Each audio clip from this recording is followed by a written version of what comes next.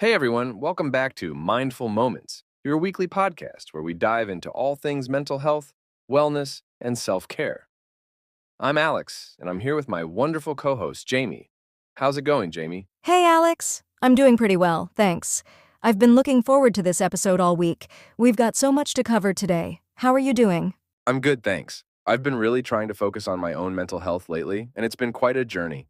There are so many aspects to it, and I'm excited to share and learn more with our listeners today. Absolutely, Alex. Mental health is such a broad topic, and there are so many different ways to approach it. So, let's jump right in. What's been on your mind lately regarding mental health? Well, one thing that's been really prominent for me lately is coping strategies. We all go through tough times, and finding effective ways to cope is crucial. What are some coping strategies that have worked for you, Jamie? Great question. For me, one of the most effective coping strategies has been practicing mindfulness. I know it's a bit of a buzzword these days, but there's a reason for that. Mindfulness helps me stay grounded and present, especially when my mind starts racing with worries or stress. Mindfulness is fantastic.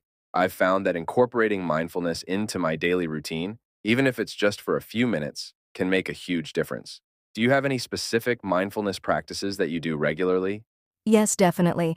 I like to start my day with a short meditation session. I use a meditation app that guides me through the process. It's usually just 10 minutes, but it sets a positive tone for the rest of the day. I also practice mindful breathing exercises throughout the day, especially if I'm feeling overwhelmed. That's great. I've been trying to get into meditation as well. It's amazing how just a few minutes of focused breathing can help clear your mind and reduce stress. Another coping strategy I've been exploring is journaling. Have you tried that? Yes, journaling is another powerful tool. It's a great way to process your thoughts and emotions. I try to journal every evening before bed. It helps me reflect on the day and clear my mind before I go to sleep. Do you have a specific journaling routine, Alex? I do. I've been doing a gratitude journal every morning. I write down 3 things I'm grateful for. It helps me start the day with a positive mindset. I also have a more traditional journal where I write about my thoughts and feelings whenever I need to. It's a great way to get things off my chest. Gratitude journaling is wonderful. Focusing on the positive aspects of your life can really shift your perspective. It's easy to get caught up in negative thoughts, but practicing gratitude can help balance that out. Speaking of balance, how do you balance self-care with the demands of daily life? That's a constant challenge, isn't it? For me, it's all about setting boundaries and prioritizing self care. I make sure to schedule time for myself, whether it's a relaxing bath, a walk in nature, or just some quiet time to read. It's important to treat self care as a non negotiable part of your routine. Absolutely. Self-care often gets pushed to the back burner, but it's essential for maintaining our mental health. I've found that even small acts of self-care, like taking a few minutes to stretch or listening to my favorite music, can make a big difference. How about therapy? Have you found it helpful? Yes, therapy has been incredibly helpful for me. It's a safe space where I can talk about my feelings and get professional guidance. My therapist has helped me develop healthier coping mechanisms and understand myself better. How about you, Jamie? I've had a similar experience. Therapy has been a game changer for me. It's so valuable to have someone who can provide an objective perspective and support you through difficult times. I think there's still some stigma around therapy, but it's important to recognize it as a vital part of mental health care. Absolutely.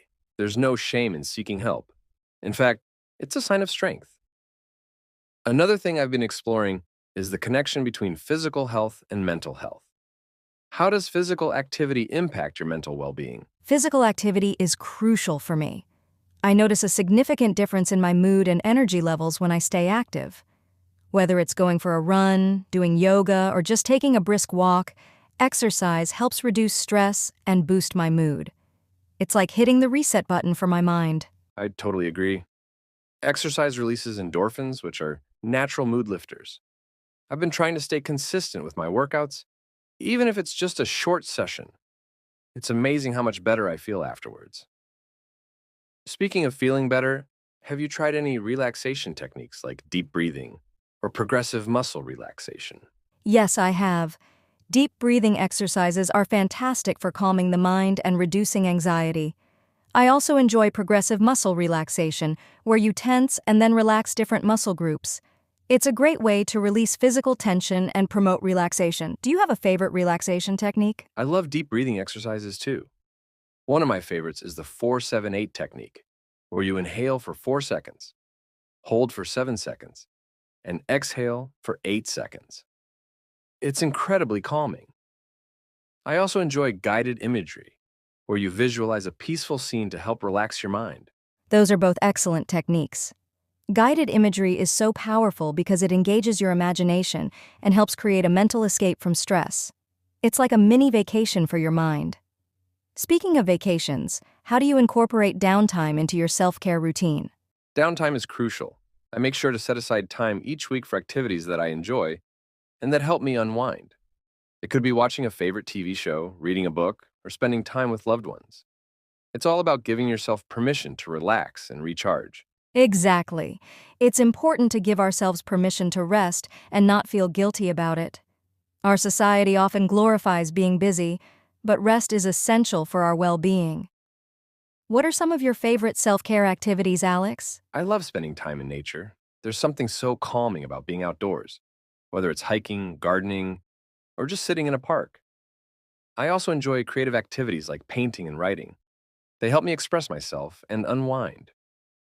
How about you, Jamie? Nature is definitely a big one for me, too. I find it incredibly grounding. I also love cooking and baking. It's a form of creative expression and a way to nourish myself. Plus, there's something very therapeutic about the process of preparing food. Cooking can be so therapeutic. It's like a form of meditation in itself. Plus, you get to enjoy delicious food afterwards. Another topic I wanted to touch on is the importance of social connections for mental health. How do you maintain your social connections? Maintaining social connections is so important. I try to make time for regular check-ins with friends and family, whether it's a phone call, video chat, or meeting up in person. It's important to nurture those relationships and support each other. How about you? Corsier, I agree. I make an effort to stay connected with my loved ones, even if it's just a quick text to let them know I'm thinking of them. Having a support system is crucial for mental well-being. It's also important to surround yourself with positive and supportive people. Absolutely. The people we surround ourselves with have a big impact on our mental health. It's important to set boundaries with those who might be toxic or draining. On a different note, have you explored any creative outlets as a form of self-care? Yes, definitely. I've been getting into painting and drawing. It's a great way to express myself and take my mind off of stress. I also enjoy writing, whether it's journaling or creative writing. It's a wonderful way to process my thoughts and emotions. Do you have any creative outlets? I love music. Playing the guitar and singing are my go-to creative outlets. It's a great way to express my emotions and unwind. I also enjoy photography. Capturing beautiful moments and scenes helps me appreciate the beauty in everyday life. Those are fantastic outlets. Music and photography can be incredibly therapeutic. It's all about finding what resonates with you and brings you joy. Before we wrap up, do you have any final thoughts or advice for our listeners on maintaining mental health and well-being? I'd say the most important thing is to be kind to yourself. It's easy to be hard on ourselves, especially during tough times, but self-compassion is key. Also, don't be afraid to seek help if you need it. Therapy, support groups, and talking to friends and family can make a big difference. Great advice, Jamie. Self-compassion and seeking help are so important. And remember, it's okay to take things one day at a time. Small steps add up to big changes. Thanks for sharing your insights today, Jamie. This has been a wonderful conversation. Questions and answers related to mental health, covering various aspects such as coping strategies, therapy, mindfulness, and self-care. What are some common signs that you might be experiencing a mental health issue? Common signs of mental health issues include persistent feelings of sadness or hopelessness, excessive worry or anxiety, mood swings, social withdrawal, changes in eating or sleeping patterns, fatigue, difficulty concentrating, and thoughts of self-harm or suicide. If you or someone you know is experiencing these symptoms, it's important to seek help from a mental health professional. How can mindfulness help improve mental health? Mindfulness helps improve mental health by encouraging individuals to focus on the present moment, which can reduce stress and anxiety. By practicing mindfulness, people can become more aware of their thoughts and feelings without judgment, which helps in managing negative emotions and developing a greater sense of calm and clarity. What is cognitive behavioral therapy, CBT, and how does it work? Cognitive behavioral therapy, CBT, is a type of psychotherapy that helps individuals identify and change negative thought patterns and behaviors. CBT works by teaching coping skills and strategies to manage stress, anxiety, and depression. It focuses on the connection between thoughts, feelings, and behaviors, and aims to break the cycle of negative thinking. What are some effective coping strategies for dealing with stress?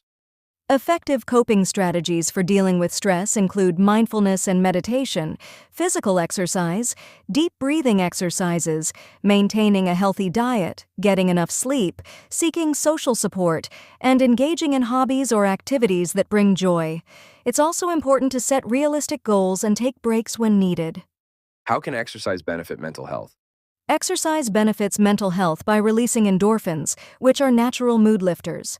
Regular physical activity can reduce symptoms of depression and anxiety, improve sleep quality, boost self-esteem, and increase overall energy levels.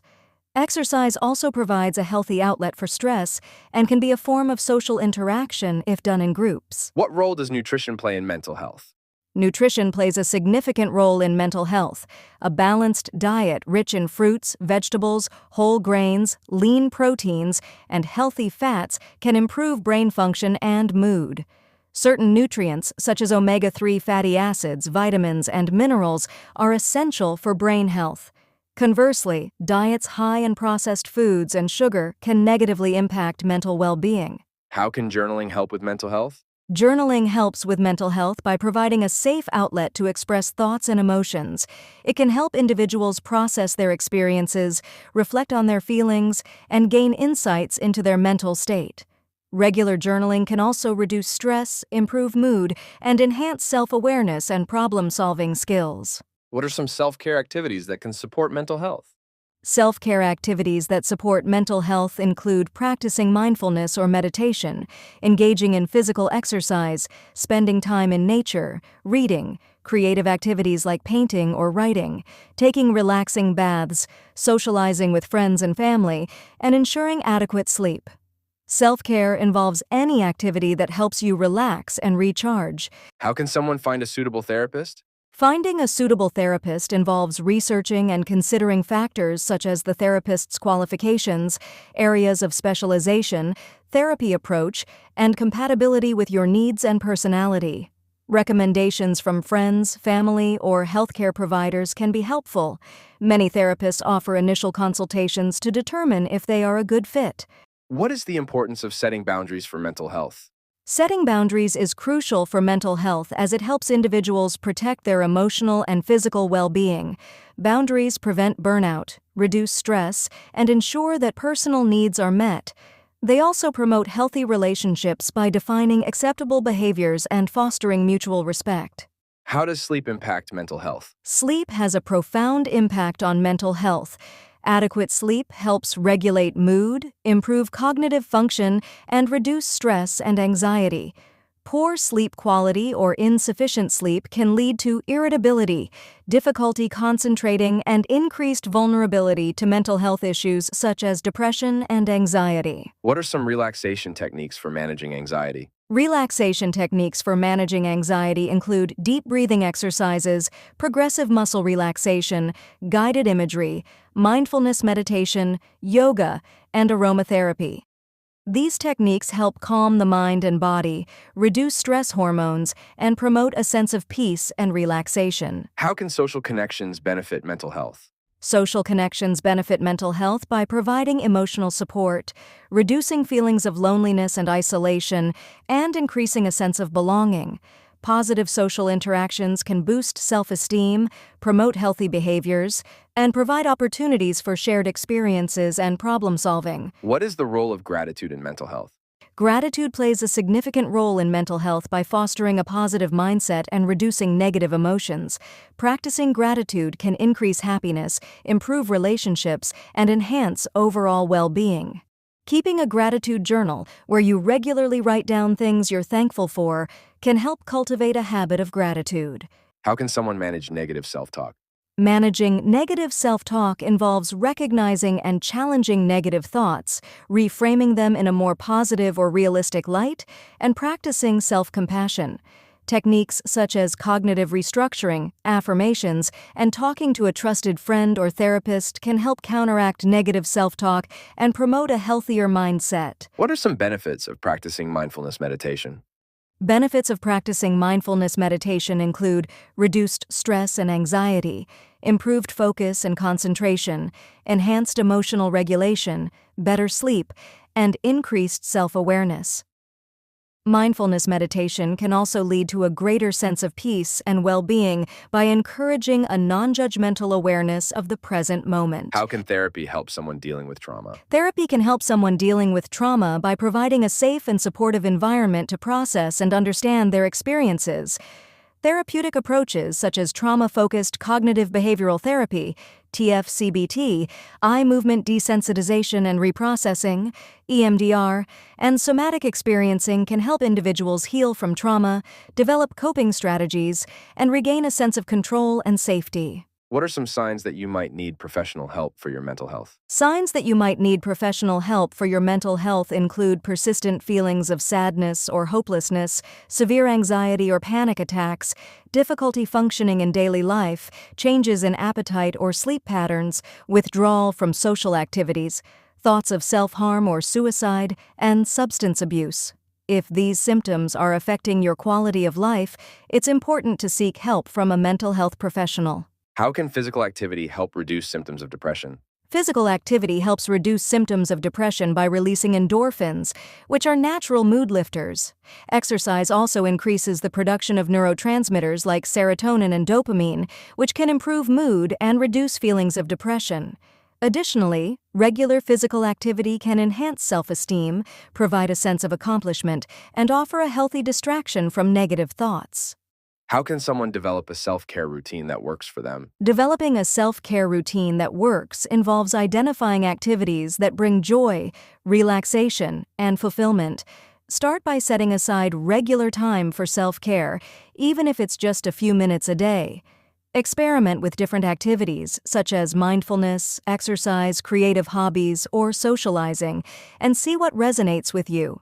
Be flexible and willing to adjust your routine as needed, and remember that self-care is an ongoing practice that requires attention and commitment.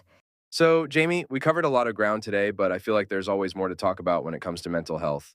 One thing we didn't dive too deeply into is the role of nutrition in mental well-being. How does your diet impact your mental health? That's a great point, Alex. Nutrition plays a huge role in how we feel mentally. I've noticed that when I eat a balanced diet with plenty of fruits, vegetables, and whole grains, I feel more energetic and focused. On the other hand, if I eat too much processed food or sugar, I tend to feel sluggish and irritable. Have you had a similar experience? Absolutely. I've found that certain foods can really affect my mood and energy levels.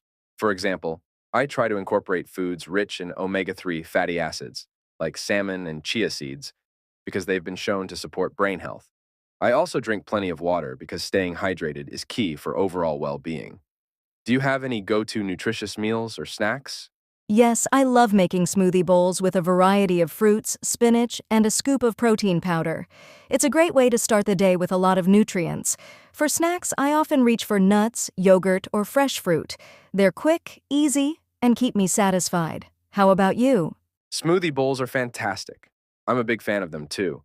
For snacks, I like hummus with veggies or a handful of almonds. They're healthy and keep me energized between meals. It's all about finding what works best for your body and sticking with it. Another thing I wanted to touch on is the importance of sleep for mental health. How do you prioritize good sleep hygiene? Sleep is so crucial. I try to maintain a consistent sleep schedule by going to bed and waking up at the same time every day, even on weekends. I also have a bedtime routine that helps me wind down, like reading a book or doing some light stretching. Avoiding screens before bed is a big one too. What about you? I'm the same way. Keeping a regular sleep schedule has made a big difference for me. I also use a white noise machine to help me sleep more soundly. And yes, staying away from screens an hour before bed has been a game changer. It's amazing how much better you sleep without that blue light disrupting your melatonin production. Do you have any tips for improving sleep quality? One tip I've found helpful is creating a comfortable sleep environment. This means having a good mattress and pillows, keeping the room cool, and making sure it's dark and quiet. Also, if you're having trouble falling asleep, sometimes doing a quick relaxation exercise or some deep breathing can help. Any other sleep tips from you, Alex? I'd say managing stress before bedtime is key. If I'm feeling anxious, I like to do a short meditation or write down any thoughts that are keeping me awake. This helps clear my mind so I can sleep more peacefully. On a different note, how do you handle setbacks or difficult days when your mental health takes a dip? Setbacks are inevitable, but I try to remind myself that it's okay to have bad days. I practice self-compassion and give myself permission to take it easy when I need to. I also reach out to friends or family for support. Sometimes just talking about what's going on can make a big difference. How do you handle tough days? I'm with you on the self-compassion part. It's important to be gentle with yourself. I also try to stick to my routine as much as possible, even if it's just doing the basics like eating well and getting some fresh air. And yes, reaching out to my support network is crucial. Just knowing that someone is there for you can be incredibly comforting. Absolutely. Support networks are so valuable. Speaking of which, how do you go about building and maintaining a strong support network? For me, it's about being intentional with my relationships. I make an effort to stay in touch with friends and family, even if it's just a quick message or a coffee date. I also try to be a good listener and offer support when they need it. Building a support network is a two-way street. How about you? How